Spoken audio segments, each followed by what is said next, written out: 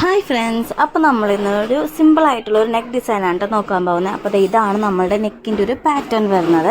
ഈ ഒരു നെക്ക് എങ്ങനെയാണ് നമുക്ക് സിമ്പിളായിട്ട് ചെയ്തെടുക്കാം നോക്കാം.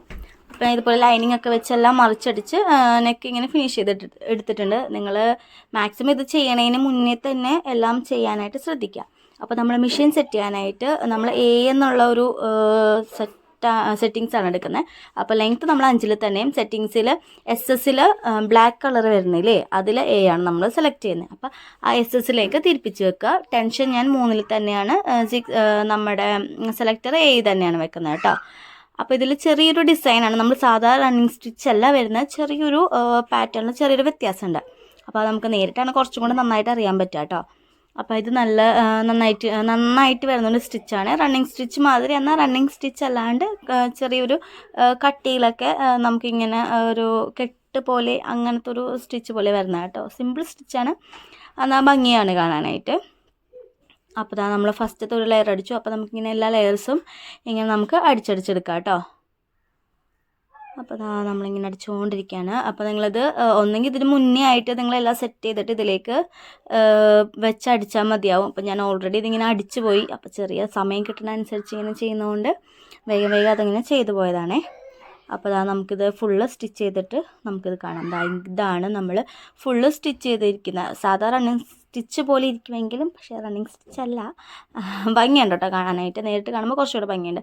അപ്പോൾ നമുക്ക് ഇതിനകത്തിന് സ്വീക്വൻസ് നമുക്ക് ആഡ് ചെയ്ത് കൊടുക്കാം.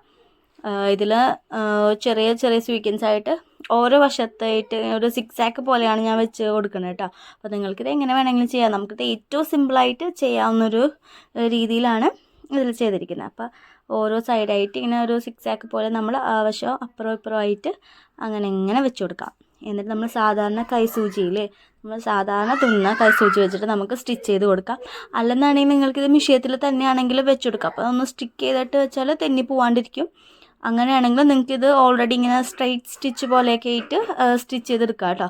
അത് നമുക്കിനി വേറൊരു വീഡിയോയിൽ നമുക്കിത് ആ ഒരു പാറ്റേൺ നമുക്കൊന്ന് ട്രൈ ചെയ്ത് നോക്കാവേ.